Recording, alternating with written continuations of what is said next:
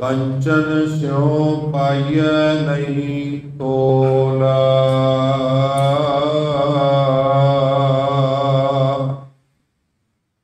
मन दे राम लिया है मोल। अब मोहे राम अपना कर जानिया। सहज सुभाए मेरा मन मानिया। रहाओ ब्रह्म कथ कथ अंत न पाया। राम भगत बैठे घर आया। कहो कबीर चंचल मत त्यागी। केवल राम भगत निज भागी। कहो कबीर चंचल मत त्यागी। केवल राम भगत निज भागी। वाहिगुरु जी का खालसा वाहिगुरु जी फतेह। सुख समाहियो जुगो जुग हटावे जबर शतर अति कथक ते मार्ग। बाणी के ओहे सर्व साझीवालता के प्रतीक शब्द गुरु। दसां ही पातशाहियां की जोत। धन धन धन श्री गुरु ग्रंथ साहिब महाराज जी की पवित्र हजूरी। पहले पातशाह ते छेवें पातशाह धन श्री गुरु हरगोबिंद साहिब महाराज जी की पवित्र चरण छूह प्राप्त महान पवित्र इतिहासक स्थान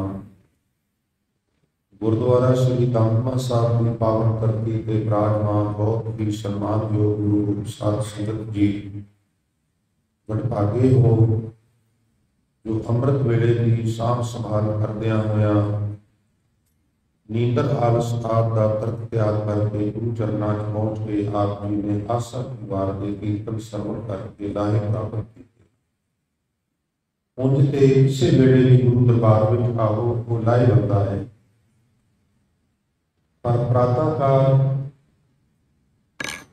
इनू चालांगे भी किया है गुरबाणी विच और इनू बहुतार थावां ते अमृत वेला भी कहा। गुरु रूप साध संगत जी ये जड़ा अमृत वेला है इसका महत्व बहुत ज्यादा है। गुरमत विच जदों असीं गुरबाणी पढ़ने आ ते बाणीकारां ने अमृत वेले का बहुत महत्व प्रचंड किया। बाणी के महान व्याख्याकार गोया नंद लाल जी वो तो कहते ने गोया हराम करदम। जिदन तो मैनू समझ आई है भी अमृत वेले अर्श तो रहमतां वरसदियां ने मैं अपना अमृत वेले का सौना हराम कर दिया। गुरबाणी विच बेअंत प्रमाण ने। जे असीं सिखिज्म तो हट के बाकी मतां की गल करिए मैं छोटी जी अमृत वेले की गल साझी करके तुहाडी सुरत फिर शब्द वाल लियावांगा। सिर्फ 2 मिनट की बेनती है। हर कौम विच हर मजहब विच अमृत वेले का महात्म है। कोई भी धर्म इस तरह का नहीं जिन कहा होवे भी अमृत वेले का महात्म नहीं। इस्लाम विचों मैनू घटना याद आई एक तरह हजरत मुहम्मद साहब के काल विच इस तरह होया भी जिहड़ा मक्का केंद्री स्थान इस्लाम का अग लगन करके वो फना हो गया। ये हजरत मुहम्मद साहब के पीरियड च होया। वो इमारत जिहड़ी सी वो सड़ गई वो नेस्तो नाबूद हो गई। तो मुसलमाना ने आर पार करके वो दोबारा जिहड़ी इमारत है वो खड़ी की। हुण तुहानूं पता है अगे तो सुनिया सुनाइया गल्लां सन हुण ते तुसीं घर बैठे लाइव देख सकते हो भी वो एक दीवार दे विच एक पत्थर जड़िया होया है काले रंग का पत्थर है संगे मरमर का पत्थर। तो ये पहला जदों की जियारत करनी है, एक इस तरह की लोकेशन बनी है, उधरों की जाके हर मुसलमान अपने लिप्स नाल, अपने बुल्लां नाल, अपने ओठां नाल उस संगे असवद नूं चुमदा है। मनौत है भी ये सफेद रंग का सी और मुसलमानों के बोसा करन नाल, चुमन नाल उन्हां दे पाप लै लै के ये काला हो गया। ये उन्हां दी मनौत है। अजकल वो बिल्कुल शाह काला है, ਉਹਨੂੰ ਚੁੰਮਦੇ ਨੇ ਤੇ ਫਿਰ ਉਹਦੀ ਪਰਿਕਰਮਾ ਕਰਦੇ।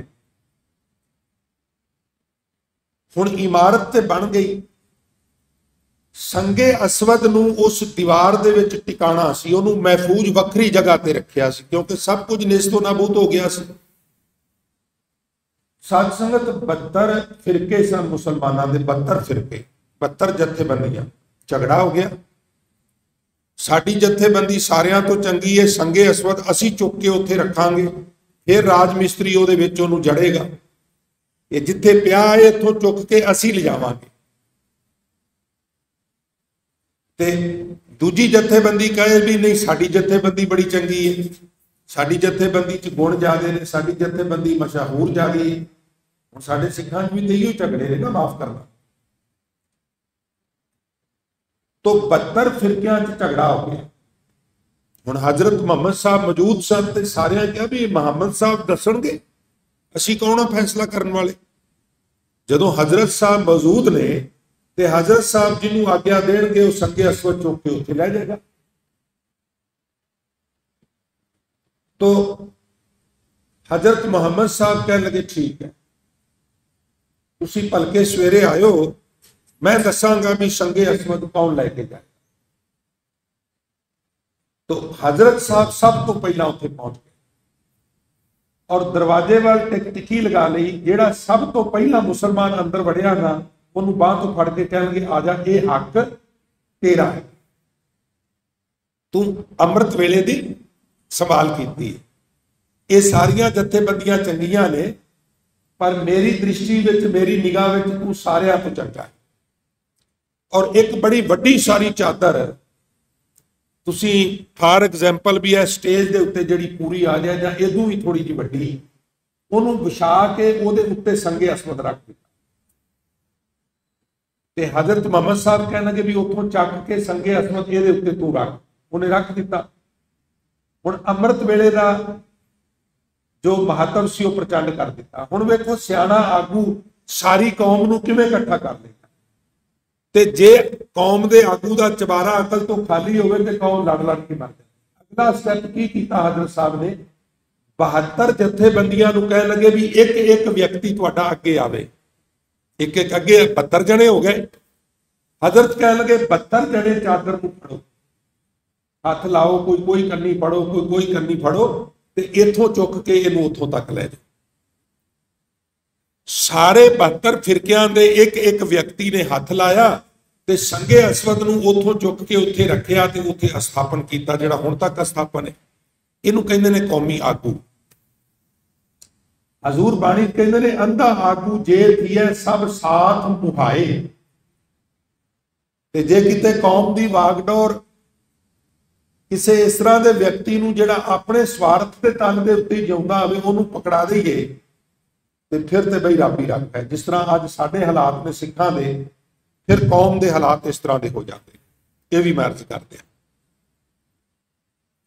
तो हजूर ने ये जिहड़ा वक्त है किसी वक्त भी आवो, लिखिया जे वेला वक्त विचारीए तां कित वेला भगत, भाव जदों मर्जी करो, पर कदी तजर्बा करके वेखो भी सवखते उठ के तुसीं बैठो, शरीर तरोताजा हुंदा है। शरीर सौण तो बाद जदों असीं गूढ़ी नींद सौंदे हां ना, ते साडे अंदर एक नैचुरल क्लीनिक है जिहड़ा वाहगुरू ने बनाया। वो क्लीनिक दे जिहड़े डॉक्टर ने वो उठ के सानूं मुरम्मत करना शुरू कर दिंदे। जिन्नी गूढ़ी नींद विच सवांगे मुरम्मत होनी ज़्यादा होगी। ऑपरेशन करना है, बहुत ज़्यादा बेहोशी में पै जाना, ऑपरेशन जो करना है। इस तरह नींद एक साडा ऑपरेशन करती है कुदरत। असीं जदों गूढ़ी निद्रा विच हुंदे हां, फिर शरीर जिहड़ा अंदरों वो नैचुरल क्लीनिक उहनूं मुरम्मत करदा। लिहाजा जदों असीं सवेरे उठदे हां ते तरोताजा हुंदे हां, शरीर विच आंगस हुंदी है, शरीर विच कैपेसिटी हुंदी है भी मैं हुण कुछ कर सकना। आले दुआले शोर शराबा नहीं हुंदा और अर्श विचों रहमतां भी वरसदियां हुंदियां ने, यह भी एक कौड़ी सच्चाई है। तो उस वेले जिहड़ी बात बनदी है, बाकी समय नहीं बनती। इस वास्ते भाई ये गल कहण मात्र नहीं भी साध संगत तुसीं वडभागे हो, तुसीं अमृत वेले की संभाल की है, तुसीं गुरु के दरबार च बैठ के कीर्तन सुनिया है। प्यारे हो, ये मैं बेनती तां कीती भी साडी खातर होवे, सानू यकीन होवे, सानू विश्वास होवे भी ये वाकई शलाघायोग, अति शलाघायोग उद्यम है। वाहगुरू तुहाडी ये प्यार की गंढ होर पीटी करे। सो गुरु बख्शिश ते संगत की आशीष नाल जो इस पावन स्थान ते गुरु ग्रंथ साहब के बचनों की लड़ीवार कथा विचार का सिलसिला निरंतर जारी है। उस अधीन आप जी ने चौकीदार तो हुणे हुणे होके रूप में जो शब्द सरवण किया है, ये गौड़ी राग विच भगत कबीर जी का उचारण किया होया जो शब्द है, ये 327 अंक ते शोभायमान। हुण इहदी एक खासियत है भी इत्थे भी ते पदे दे दद्दे थल्ले 15 हिंदसे का लिखिया, एका ते पांजा 15। ਇਹਦਾ मतलब है भी ये ते पदे ने जिहड़े तिन्ना पदियां वाले शब्द शुरू होए ने, ये 15 शब्द ने समेत अज वाले शब्द। तो यह है गुरु ग्रंथ साहब की अंदरली रूपरेखा। गुरु ग्रंथ साहब साडा गुरु है और हो सके तो सानू अंदरली पंतर का ज्ञान होना चाहिए। पहला राग श्री राग है, अंतला राग जैजावंती है, 31 राग ने। फलां राग विच आ खासियत है, इन्नियां लंबेरियां बाणियां ने, ये शौक दीयां गल्लां ने। चलो साडे लोकां दा ते प्रोफैशन है, असीं देखना हुंदा है, पर प्यार वालियां रूहां भी कुछ इस तरह शौक रखदियां ने। हुण ते थोड़ा जिहा रिवाज घट गया है। जिन्हां जमानिਆਂ 'ਚ दास ने डिप्लोमा कीता सी, पाठ बोध समागमां दा बहुत प्रभाव सी। असीं बड़े खर्च करने आ, होर मुबारक ने, पर पाठ बोध समागम हुण करीब करीब खत्म ने। पाठ बोध समागम की हुंदा है भी लगभग 1 महीने विच सारे गुरु ग्रंथ साहब का पाठ होता, और जितनियां गुंजलां ने, जितनियां दसन वालियां गल्लां ने, बड़ियां ज्ञान भरपूर गल्लां, वो 6 7 8 विद्वानां की टीम स्टेज पर बैठी हुंदी है ते तमाम संगतां पोथियां लैके बैठियां होंदियां, और वो सारियां गुंजलां खुलदियां। इन्ना स्वाद आता है, इन्ना आनंद आता है भी मैं जदों शाहबाद मारकंडे पहला पाठ बोध समागम किया, मैं किसी गुरुद्वारे कथा करता सा, 6 महीने ठहर के गुरुद्वारा रकाबगंज साहब दिल्ली पाठ बोध समागम शुरू हो गया। तो तुसी शायद बिलीव ना करो, मैं ड्यूटी छड्ड के उत्थे पाठ बोध समागम वो अटेंड किया, क्योंकि पहला पाठ बोध समागम याद सी, उहदे विचों जिहड़ा लुत्फ आया सी, जिहड़ा आनंद आया सी, झोली विच जो दातां पईयां सन, उन्हां नूं याद करके आख्या भी ये मिस नहीं करना। ड्यूटी उतों छड्डनी पई, दोबारा उत्थे फिर सेवा नहीं मिली तो उन्होंने होर सिख रख लिया, पर वो दास ने जाके अटेंड किया। उदों मगरों भी एक मौका मिलिया। तो एक परंपरा सी साडी बड़ी, हुण हौली हौली कुछ करोना करके, कुछ होर वजह करके, तो पाठ बोध, बोध का अर्थ ही ज्ञान, पाठ का ज्ञान, पाठ का बोध किवें करना है, ये फिर गुंजलां जिहड़ियां मैं तुहाडे नाल शेयर करना, ये पाठ बोध समागमां दे विच खुलदियां। ये ते पदे 15 ने, ते पदे मींज 3 पदियां वाले शब्द। लो हुण दरगाही बोलां वाल सुरत जोड़ियो, जिन्ने कुछ शरीर बैठे हो। हजूर फरमान कर रहे ने, कंचन स्यों पाइए नहीं तोल, मन दे राम लिया है मोल। हुण परमात्मा नूं प्राप्त करना होवे ते ओदा कोई जरिया हुंदा। आम तौर पर कुछ प्राप्त करना हो ना साध संगत, तो वह धन नाल प्राप्त होना। तुसी बहुत चंगे एरिए विच, किसी चंगी सोसाइटी विच घर लेना है, तो रुपये चाहिए ने, मिल जाएगा। सस्ता नहीं तो महंगा मिल जाएगा। तुहानू बहुत कोई कंफर्टेबल वहीकल चाहिए है, तुहानू मोटर मिल जाएगी। चंगियां चंगियां कंपनियां विदेशों में भी शिपां दे विच चाड़ के भेजते, जितों मर्जी मंगा लो, पैसा चाहिए। घर दे विच जितना बिजली के उपकरण ने, वो वाशिंग मशीन है, भावें वो AC ने, जां होर तमाम बिजली के उपकरण ने, माया नाल मिल जाते हैं। नौकर चाकर भी माया नाल मिल जाते हैं। ग्रोसरी स्टोर तो ग्रोसरी भी आ जाती, सौदा पत्ता भी आ जाता। मतलब कहण का मतलब माया नाल सब कुछ मिलता है।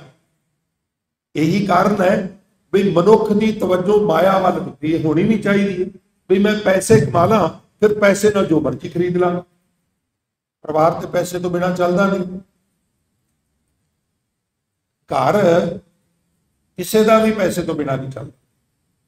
मैनू खिमा कर देना, गुरु का घर भी नहीं जे चलता, वो भी बिल ना तरे तो कनैक्शन कट जाते, कोई नहीं देखते भी गुरुद्वारा मंदिर है मसीत है। ये सब माया की गेम है। गृह शोभा जाके रे नाही, आवत पईया खुदे जाए। शोभा कहते पदार्थां नूं, माया। जिस घर विच माया नहीं, जिस घर विच पदार्थ नहीं, रिजक नहीं, उस घर विचों आया हुआ पहिया, जिन्होंने व्हील कहते हो अजकल, पहिया गोल हुंदा, घुमदा घुमदा घुमदा ही प्राहुणा हुंदा सी, मेहमान हुंदा सी। जिस घर विच शोभा नहीं, रिजक नहीं, पहिया नहीं, उस घर विचों ते आया मेहमान भी सुच्चे मूंह वापस परत जाता है। कुछ सरदा ही नहीं उसकी खिदमत वास्ते। इसलिए भाई ये शोभा होनी चाहिए है। माया गुजरान वास्ते हरेक को शाला रब ऐसी कृपा करे, हरेक को ही लोड़ींदा समान हो, कम से कम लोड़ींदा हरेक को, ऐसी बात वो कृपा बता दे। पर ये माया नाल सारा कुछ प्राप्त होता है ना साध संगत, फिर मनुख एक स्टेज ते जाके समझ लेंदा भी परमात्मा नूं माया नाल प्राप्त करना। हुण जिहड़ी माया असीं धर्म निमित्त खर्च करने हैं, वो फलीभूत ते हुंदी है, फलीभूत हुंदी है, वो उगदी है, वो मल्टीप्लाई भी हुंदी है। पर प्रभु प्राप्ति करन लई माया का त्याग नहीं, उत्थे कुछ होर त्यागना पैंदा। वो मैं आप जी नाल साझा करा। उंज माया फलीभूत हुंदी है। पंजवें पातशाह नाल संवाद हो रहा सी, महाराज ये जिहड़े अमीर लोग ने, राजे महाराजे ने, असीं ते वेख्या कदी नाम नहीं जपदे, कदी बाणी नहीं पढ़ते, कदी सेवा नहीं करते। असीं ते रोज़ तुहाडे दरबार च आउंदे आ, मत्था टेकने आ, बाणी पढ़ने आ, सेवा करने आ, सिमरन करने आ, ये कुछ भी नहीं करते। अमीर ते असीं सब कुछ करने, असीं गरीब क्यों? वचन गुरु ग्रंथ साहब दे, महाराज जी क्यों? ते हजूर ने फरमान कीता सी, दानंग परापूर्वेन पुचंते महीपते। भाई इन्हां ने पहला बीजिया, वो जिहड़ा बीजिया है ना वो उगया। और हुण जे असीं एक मन बीजीए तो मन थोड़ा उहदे चों आउटपुट होंदी है, आउटपुट तो 60-70 मन होंदी है ना। इसलिए भाई ये बीजिया होया फलीभूत होके वध फुल के मिलता है, दान व्यर्थ नहीं जाता। पर भगत कबीर साहब महाराज कहते हैं, जे प्रभु को प्राप्त करना है तो धन की दुनिया, रिजक की दुनिया में सोने का बड़ा महत्व है, सोना बड़ा कीमती है। आप जी कहते हैं, कंचन स्यों पाइए नहीं तोल। भाई मैं कंचन खर्च कर दिया, सोना दे दिया तो मैनू परमात्मा प्राप्त हो जाएगा। वो कहते भी ये तेरा बड़ी बड़ी बात। हालांकि मैं एक बेनती करा गुरमुख प्यारे हो, भाई जेड़ी माया धर्म में खर्चनी है ना, ये हर एक दे वस की गल भी। कई बार बंदे को माया मानती हुंदी वो नहीं खर्च सकता, कई बार कोई थोड़ी विचों भी खर्च लेता। संतोखी देंदा तो शनालू नहीं दे सकता, शनालू तो उन्होंने होर कट्ठी करेगा।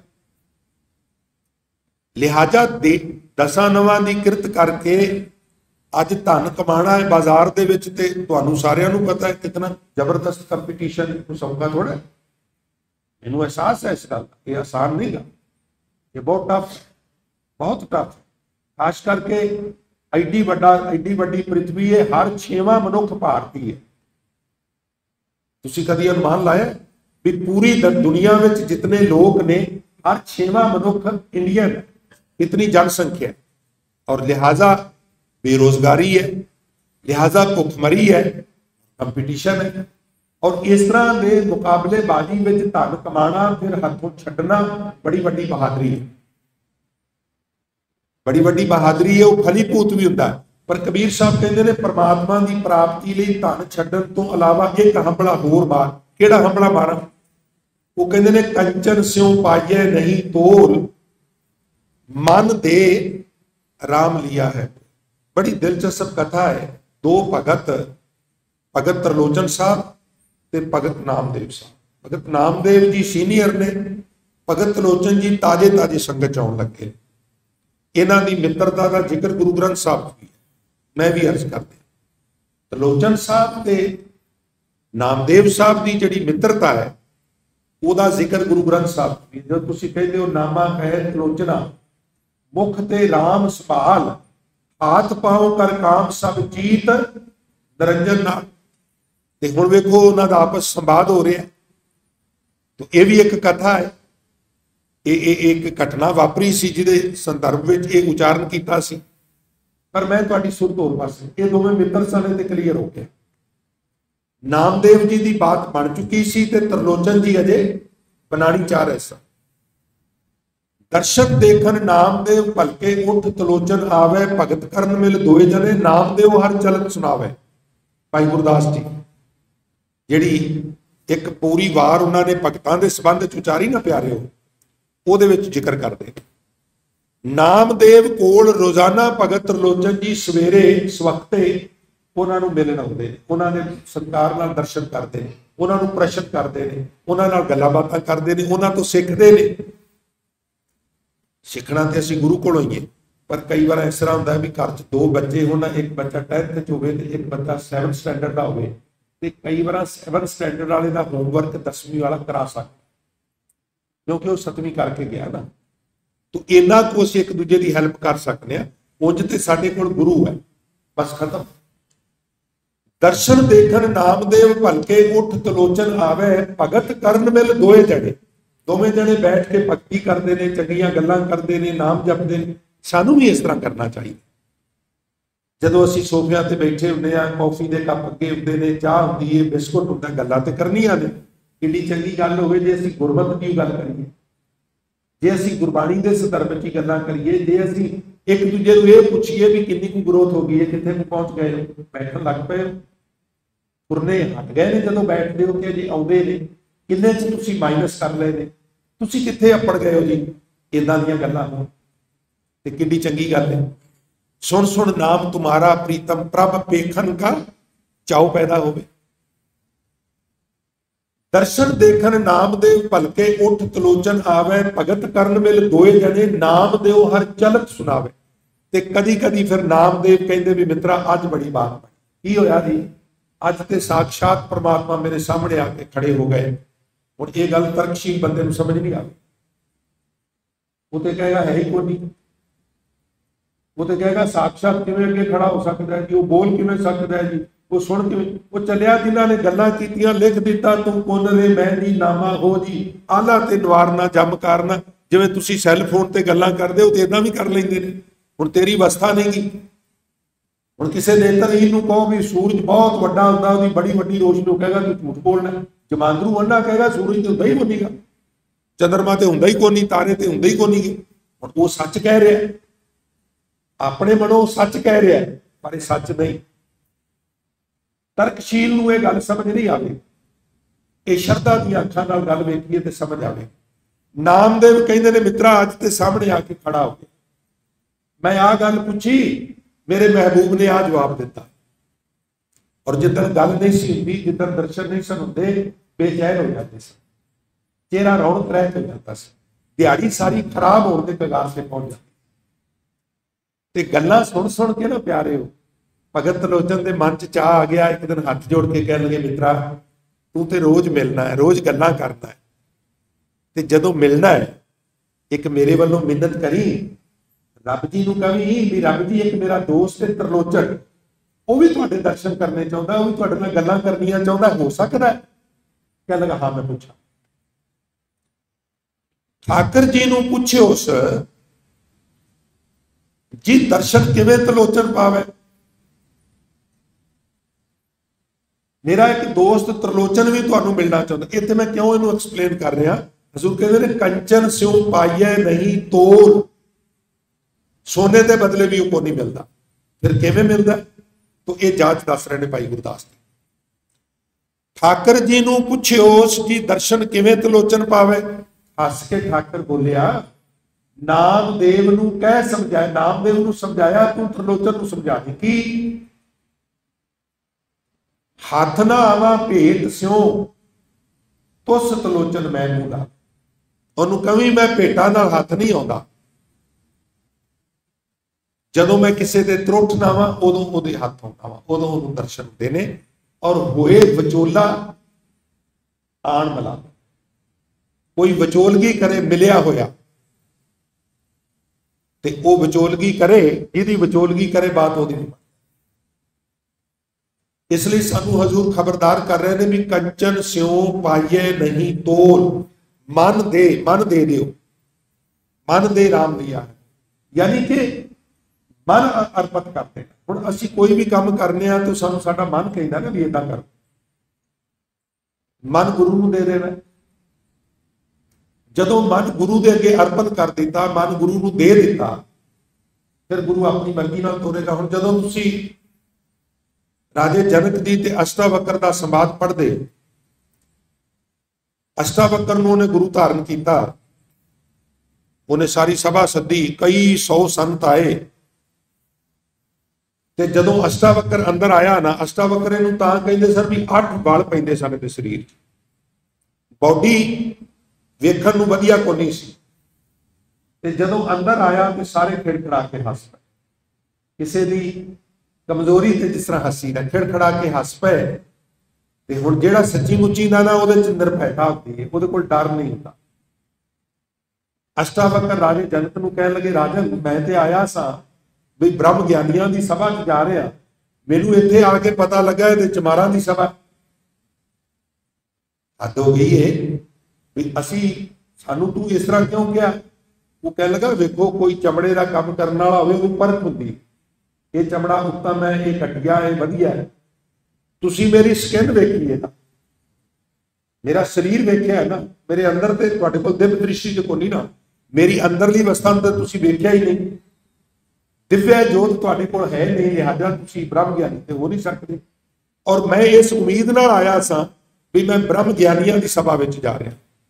ਮੈਨੂੰ ਬੜਾ ਅਫਸੋਸ ਹੋਇਆ, ਤੁਸੀਂ ਤੇ ਚਰਮ ਦ੍ਰਿਸ਼ਟੀ ਤੇ ਰੁਕੇ ਹੋਏ, ਸੰਵਾਦ ਹੋਏ ਉਹਦੇ ਨਾਲ ਬੜੇ ਉਹਨਾਂ ਦੇ, ਪਰ ਜੇਲ੍ਹ ਕੀਤੇ। ਫੈਸਲਾ ਲਿਆ ਰਾਜੇ ਜਨਕ ਨੇ ਵੀ ਮੈਂ ਗੁਰੂ ਅਸ਼ਟਾਵਕਰ ਨੂੰ ਕਹਾ। ਅਸ਼ਟਾਵਕਰ ਕਹਿਣ ਲੱਗੇ ਵੀ ਬੇਟਾ ਦੱਖਣਾ ਕੀ ਦਿਓਗੇ?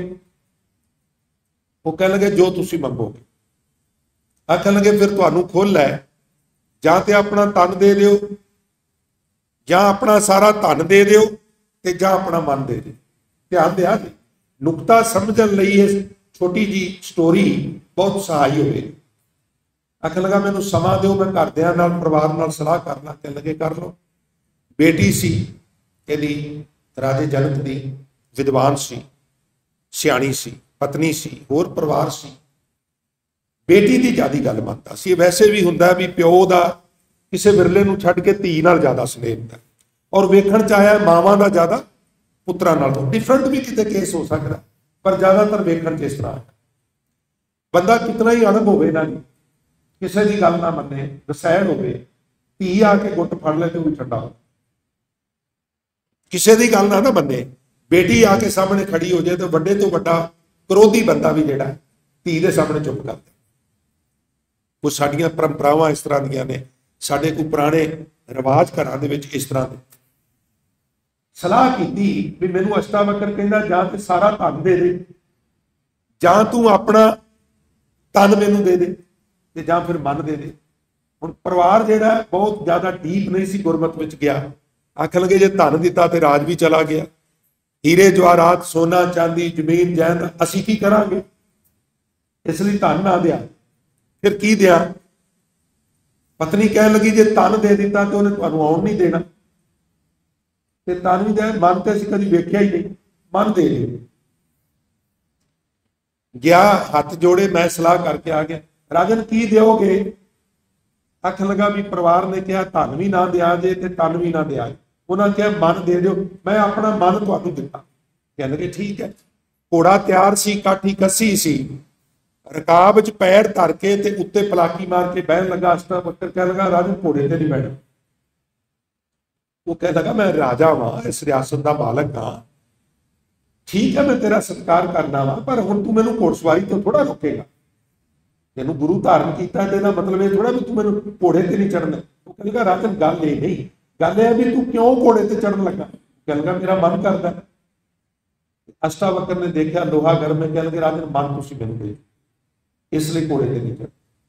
इतनी को गल है। प्रोफैसर साहब सिंह ने ना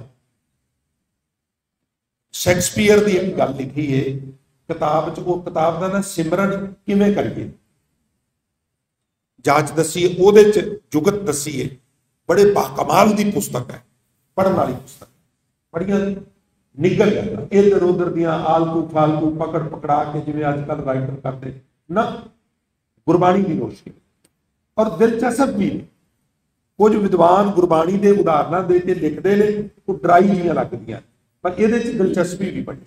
पुस्तक का नाम सिमरन किवें करिए। शैक्सपीयर की एक लिखत है, उस लिखत का आर्टिकल का नाम वरोना दे दो साऊ। तुहानूं पता यूरोप दे विच शहर है वरोना, वेरोना दे दो साऊ, मतलब एक कल्पत घटना है। वेरोना दे दो साऊ नामक किताब विच शैक्सपीयर साहब ने लिखा है कि एक अमीर व्यक्ति रोजाना सवेरे सैर करने जाता, ਉਹਦੇ हथ में छोटी जी छड़ी बड़ी कीमती, ते वो चहलकदमी करता। और एक दूसरा जिहड़ा अमीर व्यक्ति है, ਉਹਦਾ नौकर टाइम ने किते सैर करदे ਉਹਦੇ ਨਾਲ इकट्ठा हो गया। उस अमीर व्यक्ति ने दूजे अमीर व्यक्ति दे नौकर नूं कोई गल दसी, ते ਉਹਦੇ चेहरे वाल वेखिया। हुण चेहरा ते सब कुछ दस दिंदा है, ਉਹਨੂੰ समझ आई भी ਇਹਨੂੰ गल समझ को नहीं लगी। उन्हें दोबारा दसिया, उन्होंने फिर भी पता नहीं लगा, उन्हें दोबारा दसिया। जदों 5-6 बार उस अमीर व्यक्ति ने दूजे अमीर व्यक्ति के नौकर नूं गल समझाई, उन्होंने समझ नहीं आई, ते वो अमीर खिज के उन्होंने कहन लगा तू तो बहुत ही मूर्ख है, ये साधारण जी गल ते मेरे हाथ में पकड़ी हुई छड़ी भी समझ गई होनी है, कि अजे भी नहीं समझ आई। उस नौकर ने बड़ी पायेदार गल सुनहरी अखरां च लिखण वाली, वो कह लगा मालक गुस्से ना होवो, तुहाडी छड़ी विच ते मेरे विच एक फर्क है। कहने लगा की फर्क है? आखन लगा तुहाडी छड़ी तुहाडे काबू च, तुहाडे हाथ च है, मैं ते मेरा मन तुहाडे हाथ च नहीं। मन देना पैंदा, मन अर्पण करना पैंदा। इन्हूं थोड़ा होर सौखे ढंग नाल समझण लई मैं अर्ज करा छोटी जी गल, ताकि गल समझ आ जाए। तुसीं कभी सुल्तानपुर लोधी गए हो? हजूर गुरु नानक साहब बड़ा लंबा समा उत्थे रहे। गुरुद्वारा बेर साहब, गुरुद्वारा संत घाट, साहिबजादियां दे जन्म स्थान, होर भी गुरुद्वारा हट साहब, बेबे नानकी दा घर, बड़े स्थान ने। बड़ा लुत्फ आउंदा उत्थे जाके, क्योंकि वो स्थान अजे भी उस याद नूं संजोई बैठे ने। जिदन हजूर गुरु नानक साहब वेई च प्रवेश किया, तो वेई चों प्रवेश करके तिन्नी दिनी निकल के शमशान भूमि जाके बैठ। उत्थे जाके हजूर एक ही गल कहण, उंगल खड़ी करके, ना कोई हिंदू ना मुसलमान। हुण एक तो वेई चों निकल के शमशान च बहण का यह अर्थ सी प्यारिओ, बई जे परमात्मा का मैसेज लुकाई नूं देना है तो अपने आप नूं आप ही शमशान च लाओ, क्योंकि एक काम रिस्की है। अपने हत्थां नाल सिर ते कफन बन लो। और दूसरी गल ये कि ना कोई हिंदू ना मुसलमान। दौलत खान लोधी कहन लगा भी महाराज तुहाडे अंदर हिंदू मुसलमान का कोई वितकरा नहीं? महाराज कहन लगे बिल्कुल नहीं। क्या बात है। ते फिर किरपा करो जुमे की नमाज साडे नाल पढ़ो। मसीत बनी सी ये ना सुल्तानपुर लोधी उन्हां जमानियां च राजधानी सी, छोटे छोटे रजवाड़े सन। और मैं ये भी अर्ज करा, ये लोधियां ने वसाया, उन्हां दा लास्ट नेम लोधी सी। उसे बंदे ने लुधियाना वसाया, उसे बंदे ने सुल्तानपुर वसाया। मैं ये भी आपकी रियायत की लुधियाने की हिस्टरी की एक मोटी किताब बनी हुई है, ये सारा उल्लेख है। ये लोधी आना, आना मैंने घर, लोधियां दा घर, ते वो क्योंकि ना उसका सुल्तान सी, वो लिहाजा सुल्तानपुर लोधी, इको ही व्यक्ति ने दोवें शहर वसाए। ये भी मैरिज करते। तो यह जो करीमपुरे बाजार च मसीत है ना, उतों का जोड़ा इमाम सी, मेरा ख्याल पिछे जो चढ़ाई की है, वह भी उस किताब नाल कोई सरोकार सी, शायद उन्हें लिखी सी या कोई उन्हें ਉਹਦੀ ਸੰਪਾਦਨਾ ਕੀਤੀ ਸੀ ਵਗੈਰਾ ਵਗੈਰਾ। ਉਸ ਕਿਤਾਬ ਦਾ ਉਹ ਕਈ ਵਾਰ ਜ਼ਿਕਰ ਕਰਦਾ ਹੁੰਦਾ, ਇੱਧਰ ਉੱਧਰ ਆਪਣੇ ਵਿਚਾਰਾਂ ਵਿੱਚ YouTube ਵੀ ਉਹਨੇ ਜ਼ਿਕਰ ਕੀਤਾ। ਹੁਣ ਮੈਂ ਅਰਜ਼ ਕਰ ਰਿਹਾ ਸਾਂ, ਮਸੀਤ ਵਿੱਚ ਨਮਾਜ਼ ਸਾਡੇ ਨਾਲ ਪੜੋ। ਮਹਾਰਾਜ ਪਹੁੰਚ ਗਏ। ਹੁਣ ਮੁਸਲਮਾਨਾਂ ਵਿੱਚ ਡਿਸਿਪਲਿਨ ਬੜਾ, ਸਿੱਖ ਸੰਗਤਾਂ ਵਿੱਚ ਵੀ ਬੜੀ ਭਾਵਨਾ ਹੈ, ਸ਼ਰਧਾ। ਹੁਣ ਜਿਹੜਾ ਡਿਸਿਪਲਿਨ ਹੈ ਨਾ ਅਨੁਸ਼ਾਸਨ 'ਚ, ਸਭ ਤੋਂ ਸਿਰੇ ਤੇ ਜਿਨ੍ਹਾਂ ਸਭ ਤੋਂ ਜ਼ਿਆਦਾ ਅਨੁਸ਼ਾਸਨ ਹੈ ਉਹ ਮੁਸਲਮਾਨ ਨੇ, ਔਰ ਅਨੁਸ਼ਾਸਨ ਦੇ ਮਾਮਲੇ ਜਿਹੜੇ ਸਭ ਤੋਂ ਪਿੱਛੇ ਨੇ ਉਹ ਸਿੱਖ। ਇਹ ਵੀ ਮੈਂ ਅਰਜ਼ ਕਰਦਾ, ਅਨੁਸ਼ਾਸਨ ਕੋਲ ਧਾਰਮਿਕ ਦੀਵਾਨਾਂ ਵਿੱਚ, ਧਾਰਮਿਕ ਹੋਰ ਜਿਹੜੀਆਂ ਸਾਡੀਆਂ ਪ੍ਰਕਿਰਿਆ ਨੇ, ਅਨੁਸ਼ਾਸਨ ਦੇ ਮਾਮਲੇ 'ਚ ਸਭ ਤੋਂ ਜ਼ਿਆਦਾ ਢਿੱਲ ਮੱਠ ਜਿਹੜੀ ਹੈ ਉਹ ਸਾਡੀ ਕੌਮ। ਇਹ ਮੈਂ 25, 30, 35 ਸਾਲ ਦੇ ਅਨੁਭਵ ਵਿੱਚੋਂ ਤੁਹਾਨੂੰ ਦੱਸ ਰਿਹਾ। ਮੁਸਲਮਾਨਾਂ ਦੇ ਸਥਾਨਾਂ ਤੇ ਵੀ ਮੈਂ ਜਾਣਾ, ਕਈ ਵਾਰ ਮੈਂ ਉੱਥੇ ਉਹਨਾਂ ਨੂੰ ਕਹਿੰਦਾ ਮੈਨੂੰ ਚਰਚ ਵਿਖਾਓ, ਅੱਜ ਪ੍ਰੇਅਰ ਹੋਣੀ ਹੈ। ਉਹ ਕਹਿੰਦੇ ਇੱਥੇ ਪਿੱਛੇ ਖੜਾ ਹੋ ਕੇ ਦੇਖ ਲੈ। ਮੈਂ ਉੱਥੇ ਵੀ ਦੇਖਣਾ, ਮੈਂ ਬੋਧੀਆਂ ਨੂੰ ਵੀ ਦੇਖਣਾ। ਪਰ ਡਿਸਿਪਲਿਨ ਦੇ ਮਾਮਲੇ ਸਭ ਤੋਂ ਲੇਜ਼ੀ ਅਸੀਂ। ਖੈਰ, ਗੁਰੂ ਕਿਰਪਾ ਕਰੇ, ਇਹ ਮੇਰਾ ਵਿਸ਼ਾ ਨਹੀਂ, ਪਰ ਇਹ ਅਵੇਅਰਨੈਸ ਵਾਸਤੇ ਮੈਂ ਬੇਨਤੀ ਕਰਨਾ, ਤੁਹਾਨੂੰ ਨਿਰਾਸ਼ ਕਰਨ ਲਈ। ਹੁਣ ਕਤਾਰਾਂ ਵਿੱਚ ਖੜੇ ਹੋ ਜਾਂਦੇ ਨੇ ਇਸ ਤਰ੍ਹਾਂ ਬੜੇ ਡਿਸਿਪਲਿਨ ਨਾਲ। ਮੌਲਾਨਾ ਹੈ ਜਾਂ ਇਮਾਮ ਹੈ ਜਾਂ ਕਾਜੀ ਹੈ, ਉਹਨੇ ਰਹਿਨਮਾਈ ਕਰਨੀ। ਜਿਵੇਂ ਗ੍ਰੰਥੀ ਅਰਦਾਸ ਕਰਦਾ, ਅਸੀਂ ਸਾਰੇ ਖੜੇ ਹੋ ਜਾਂਦੇ, ਉਹ ਕਹਿੰਦਾ ਬੋਲੋ ਜੀ ਵਾਹਿਗੁਰੂ, ਅਸੀਂ ਕਹਿੰਦੇ ਜੀ ਵਾਹਿਗੁਰੂ। ਇਸ ਤਰ੍ਹਾਂ ਉਹ ਖੜਾ ਹੋ ਜਾਂਦਾ। ਹੁਣ ਕਿਹੜੀ ਨਮਾਜ਼ 'ਚ ਕਿਹੜੀ ਕੁਰਾਨ ਦੀ ਆਇਤ ਪੜ੍ਹਨੀ ਹੈ, ਉਹ ਅੱਗੇ ਅੱਗੇ ਪੜ੍ਹਦਾ ਹੈ। ਉਹ ਉਸ ਹਿਸਾਬ ਨਾਲ ਕਦੀ ਬੈਠਦੇ ਨੇ, ਕਦੀ ਉੱਠਦੇ ਨੇ, ਜਿਵੇਂ ਜਿਵੇਂ ਹਜ਼ਰਤ ਸਾਹਿਬ ਨੇ। ਕਿਉਂਕਿ ਪ੍ਰੇਅਰ ਦੇ ਨਾਲ ਉਹਨਾਂ ਨੇ ਇੱਕ ਸਿਆਣਪ ਵਰਤੀ ਵੀ ਪ੍ਰੇਅਰ ਦੇ ਨਾਲ ਹੀ ਐਕਸਰਸਾਈਜ਼ ਹੋਵੇ।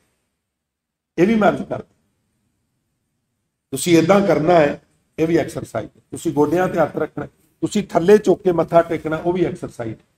ਤੁਸੀਂ ਖੜੇ ਹੋਣਾ, ਤੁਸੀਂ ਬੈਠਣਾ ਹੈ, ਔਰ ਦਿਹਾੜੀ 'ਚ 5 ਵਾਰ ਇਸ ਤਰ੍ਹਾਂ ਐਕਸਰਸਾਈਜ਼ ਕਰਨੀ, ਭਾਵੇਂ ਬਿਲਕੁਲ ਹਲਕੀ ਫੁਲਕੀ ਹੈ। ਇਸੇ ਕਰਕੇ ਉਹ ਸਾਡੇ ਨਾਲੋਂ ਫਿਜ਼ੀਕਲੀ ਜ਼ਿਆਦਾ ਫਿੱਟ ਨੇ। ਇਹ ਵੀ ਇੱਕ ਕਾਰਨ ਹੈ, ਮੈਂ ਤੁਹਾਨੂੰ ਦੱਸ ਰਿਹਾ। ਤੋ ਖੈਰ, ਹੁਣ ਕਤਾਰਾਂ ਵਿੱਚ ਖੜੇ ਹੋ ਗਏ, ਨਮਾਜ਼ ਅਤਾ, ਕਦੀ ਬਹਿੰਦੇ ਨੇ, ਕਦੀ ਉੱਠਦੇ ਨੇ, ਕਦੀ ਕੁਝ। ਹਜ਼ੂਰ ਅਡੋਲ ਖੜੇ ਨੇ, ਨਾ ਬੈਠਦੇ ਨੇ, ਨਾ ਉੱਠਦੇ ਨੇ, ਨਾ ਕੁਝ ਬੋਲਦੇ ਨੇ। ਤੇ ਪਹਿਲੀ ਅੱਖ ਨਾਲ ਇਹਦੇ ਵੱਲ ਦੇਖਦੇ ਵੀ ਵੇਖੋ ਗੁਰੂ ਨਾਨਕ ਤੇ ਨਮਾਜ਼ ਹੀ ਨਹੀਂ ਪੜ੍ਹ ਰਿਹਾ। ਛੇਤੀ ਛੇਤੀ ਨਮਾਜ਼ ਸਮਾਪਤ ਕੀਤੀ ਤੇ ਦੌਲਤ ਖਾਂ ਕਹਿਣ ਲੱਗਾ, ਗੁਰੂ ਨਾਨਕ ਜੀ, ਜੇ ਤੁਸੀਂ ਨਮਾਜ਼ ਨਹੀਂ ਸੀ ਪੜ੍ਹਨੀ ਤੇ ਮੈਨੂੰ ਮਨਾ ਕਰ ਦਿੰਦੇ, ਤੁਸੀਂ ਤੇ ਇਸਲਾਮ ਦੀ ਤੋਹੀਨ ਕਰ ਦਿੱਤੀ ਹੈ, ਤੁਸੀਂ ਨਮਾਜ਼ ਕਿਉਂ ਨਹੀਂ ਪੜ੍ਹੀ? ਤੇ ਹਜ਼ੂਰ ਨੇ ਜਿਹੜੇ ਬਚਨ ਕਹੇ ਉਹ ਵਿਅੰਗਮਈ ਸਨ। ਕਹਿੰਦੇ ਦੌਲਤ ਖਾਨ ਤੂੰ ਨਹੀਂ ਪੜ੍ਹੀ, ਇਸ ਕਰਕੇ ਮੈਂ ਵੀ ਨਹੀਂ ਪੜ੍ਹੀ। ਹੱਦ ਹੋ ਗਈ ਹੈ, ਮੈਂ ਤੇ ਸਾਰਿਆਂ ਦੇ ਸਾਹਮਣੇ ਨਮਾਜ਼ ਪੜ੍ਹੀ ਹੈ। ਹਜ਼ੂਰ ਕਹਿਣ ਲੱਗੇ ਤਨ ਨੇ ਪੜ੍ਹੀ ਹੈ, ਮਨ ਨੇ ਨਹੀਂ ਪੜ੍ਹੀ। ਔਰ ਦੌਲਤ ਖਾਨ ਬਹੁਤ ਓਨੈਸਟ ਬੰਦਾ, ਬਹੁਤ ਈਮਾਨਦਾਰ। ਅਸੀਂ ਤੇ ਪੈਰਾਂ ਤੇ ਪਾਣੀ ਨਹੀਂ ਪੈਣ ਦਿੰਦੇ। ਆਖਣਗਾ ਬਾਬਾ ਮੇਰਾ ਮਨ ਕਿੱਥੇ ਸੀ? ਹਜ਼ੂਰ ਕਹਿਣ ਲੱਗੇ ਨਮਾਜ਼ ਪੜ੍ਹਦਿਆਂ ਤੈਨੂੰ ਚੇਤਾ ਆਇਆ ਬਈ ਓਹੋ, ਚੇਤਾ ਹੀ ਭੁੱਲ ਗਿਆ। ਕਾਬੁਲ ਵਿੱਚ ਅੱਜ ਘੋੜਿਆਂ ਦੀ ਮੰਡੀ ਏ ਤੇ ਉੱਥੇ ਵਪਾਰੀ ਭੇਜਣੇ ਸਨ ਆਪਣੇ ਵੀ ਸਸਤੇ ਘੋੜੇ, ਚੰਗੇ ਘੋੜੇ ਖਰੀਦ ਕੇ ਪੰਜਾਬ 'ਚ ਮਹਿੰਗੇ ਵੇਚੀਏ। ਤੇ ਉਹਦੇ ਦਿਮਾਗ 'ਚੋਂ ਨਿਕਲ ਗਿਆ, ਹੁਣ ਤੇ ਭੇਜੇ ਤੇ ਲੇਟ ਹੋ ਜਾਣਗੇ, ਜਾਂਦਿਆਂ ਨੂੰ ਸਾਰੀ ਮੰਡੀ ਉਜੜ ਜਾਣੀ ਹੈ। ਇਹ ਤੇ ਬੜਾ ਭਾਰੀ ਨੁਕਸਾਨ।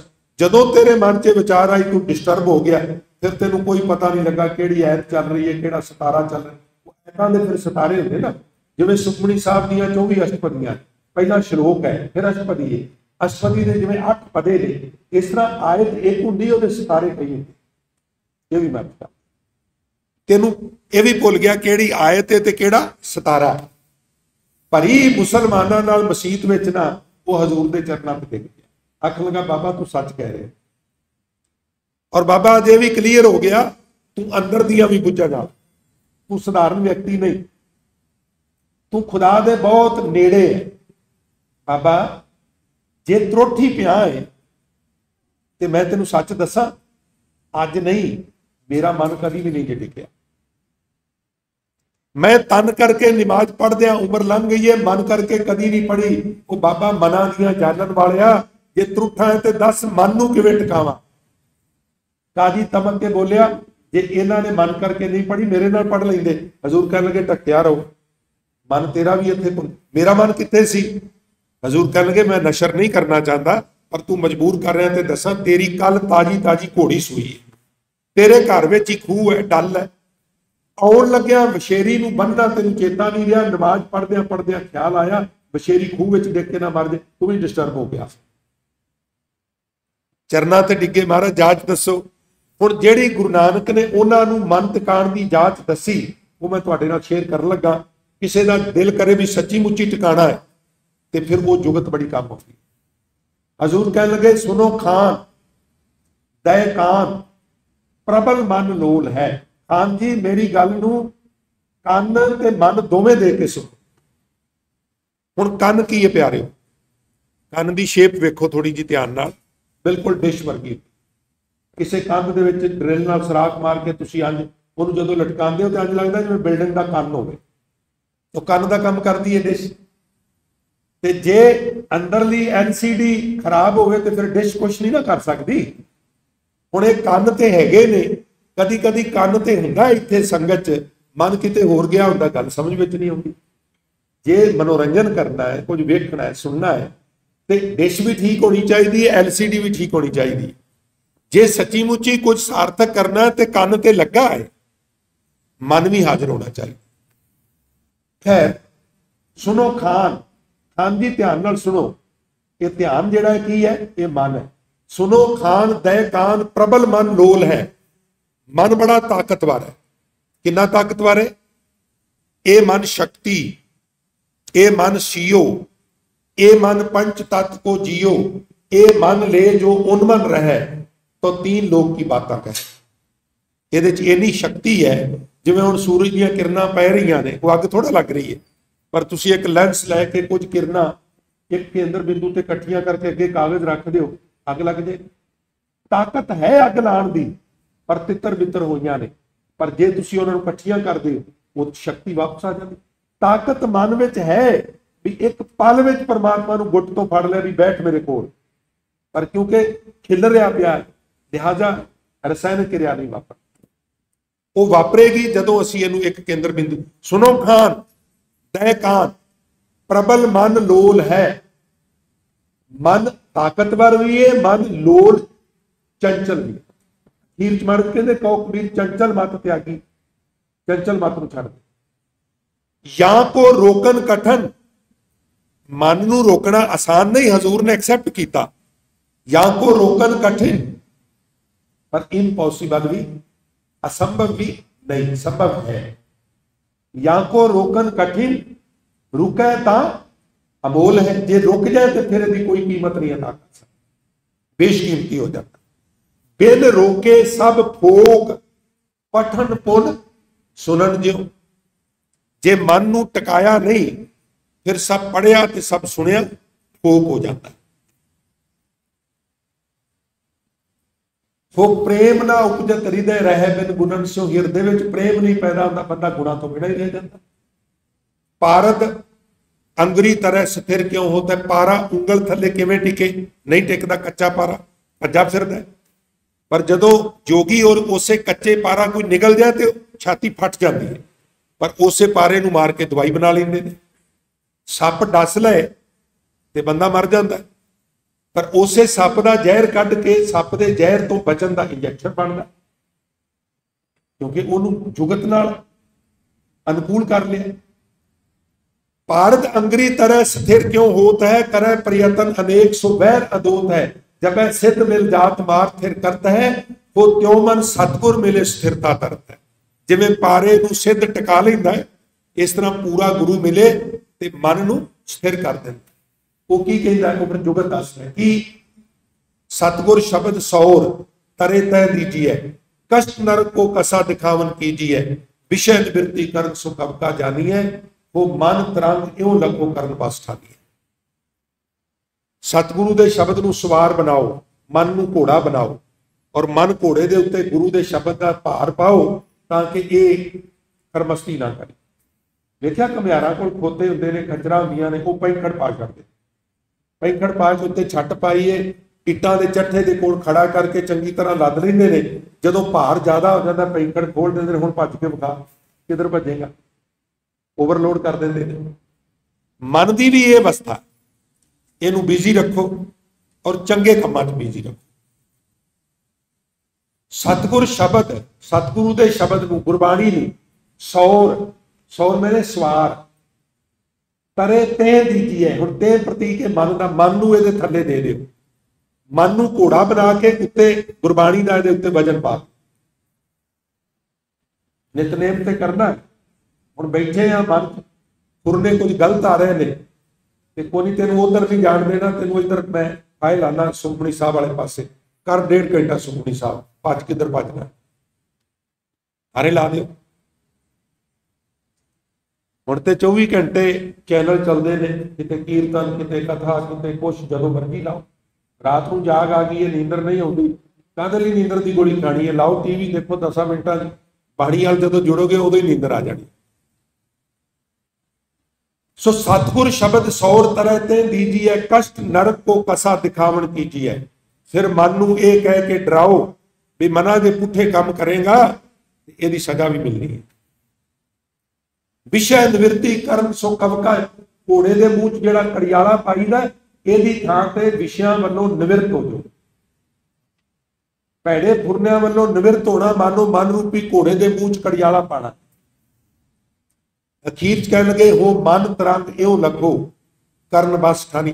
मन रूपी घोड़ा एओ काबू आउंदा है, मन इस तरह गुरु नूं दिता जांदा है। पर जदों मन दे दईए, अर्पण कर दईए, फिर हजूर कहंदे ने मन दे राम लिया है बोल।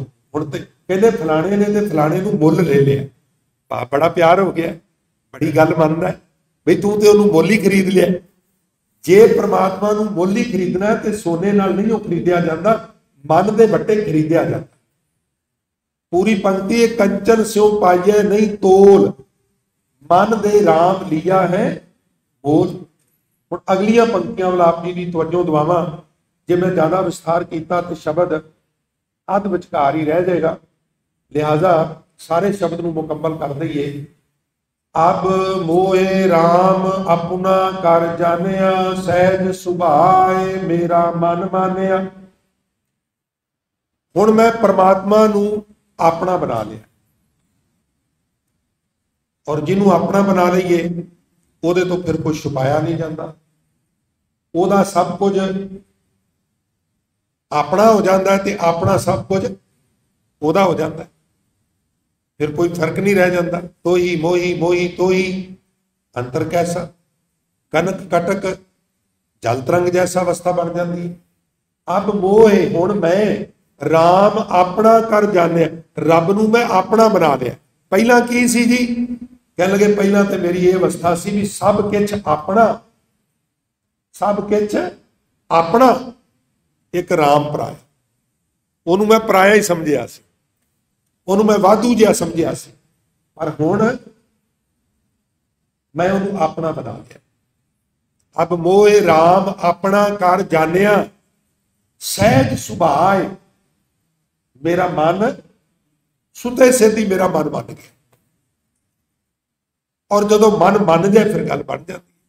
हाँ, मन मनन नाल लोग नहीं जे राजी होंदे, मन माने लोग ना भतीजे, ये तो झला भी कह देंगे। पर हजूर कहते हैं तू फिक्र ना कर, ना भतीजे तो क्या कीजे, ना भतीजे इन्हों तो कोई भी नहीं पतिया सकिया, इन्हों तो गुरु नानक नहीं प्रसन्न कर सकिया, हजरत मुहम्मद, ईसा, मूसा, कौन इन्हों खुश कर सकिया? सारे ये लुकाई के उन्होंने पिछे डांगा लैके तुरी फिरी, तलवारां चक के तुरी फिरी, ये उन्होंने पिछे मारन नूं तुरे फिरे। इन्होंने 14-14 साल जंगलों में भेज दिता, इन्होंने तत्तियां तवियां ते बिठा दिता, इन्होंने तो ईसा वर्गे नूं सलीब ते टंग दिता। इन्हां दियां किहड़ियां-किहड़ियां गल्लां दस्सीए, इन्होंने तो उन्होंने नहीं बख्शिया, मुकदमे चला दिते शुकरात वर्गियां ते, मंसूर वर्गियां ते, पाइथागोरस नूं जिउंदे नूं साड़ दिता। कितने पैगंबरां दा, इब्राहिम साहब नूं अंगारां ते तोरिया। किहड़े पैगंबर दी जिंदगी बड़े फुल्लां दी सेज दे उत्ते गुजरी? किसी दी भी नहीं। ये भी मैं अर्ज करदे हां। अब मोह राम अपना कर जानिया, सहज सुभाए मेरा मन मानिया। हुण मेरा मन पतीत गया, हुण मैं रब नूं अपना बना लिया है और रब ने मैनू अपना बना लिया, हुण प्राप्त हो गया। एक कबीर साहब की अवस्था, ब्रह्म कथ कथ अंत ना पाया। ब्रह्मा विद्वान सी, उन्हें वेद रचे, वो बोलता बहुत सी, पर हजूर कहते हैं सिर्फ रब दीयां गल्लां बोलण नाल रब प्राप्त नहीं। कोई बंदा कथा करता है रोज गुरबाणी की, कोई जरूरी नहीं भी वो रब नूं मिल पे। ये भी मैं अर्ज करता, रेलवे स्टेशन पर तुसी उत्थे टिकटां देण वाले नूं कहो भी मैनूं दादर बंबे की टिकट दे दो, तुहानूं दे दे। तो जरूरी नहीं भी वो आप भी बंबे गया, आप भी मद्रास गया, किते भी नहीं कई बार गया, इत्थे ही लगा है और ताम ड्यूटी करद्या करद्या उम्र लंघ गई, इत्थों रिटायर हो जाए, इत्थे मर गया। ब्रह्म है कथ कथ अंत ना पाया। परमात्मा इतना महान है, इतना बेअंत है, ਉਹਨੂੰ कथ कथ के ਉਹਦਾ कोई अंत नहीं पा सकता।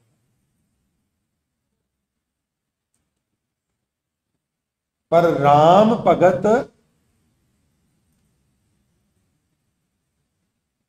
बैठे कर पाए। परमात्मा की भगती नाल घर बैठिया हिरदे घर विच भी टिका दे नाल वो प्राप्त हो।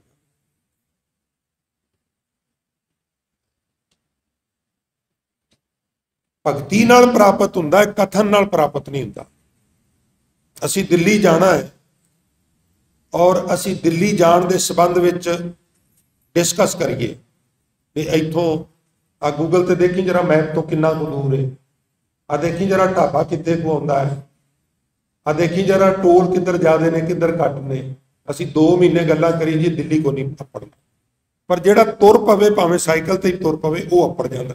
केवल दिल्ली दीयां गल्लां करन वाला दिल्ली नहीं अपड़दा, जिहड़ा इंप्लीमेंट करदा वो अपड़दा। रब नूं भी कथन करन नाल रब प्राप्त नहीं हुंदा। राम भगत बैठे घर पाया, घर विच बैठे ही प्राप्त हो जाता। फिर वो कहता कत जाइए रे घर लागू रंग, मेरा चित्त ना चलै हुण, मेरा मन इधर उधर नहीं दौड़दा, मन भयो पंग, मेरा मन पिंगला हो गया, ये तो तुरिया नहीं जाता, ये तो हुण रह गया इक्को थां ते बैठा रहिंदा। ये जदों अवस्था बनती है तो कबीर साहब कहते ने संतो मन पवनै सुख बनिया, किछ जोग प्राप्त गणिया।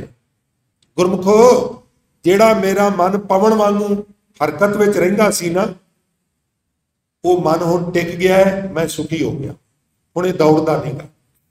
संतो मन पवनै पवन वर्गा हवा वर्गा चंचल मन सुख बनिया, किछ जोग प्राप्त गण।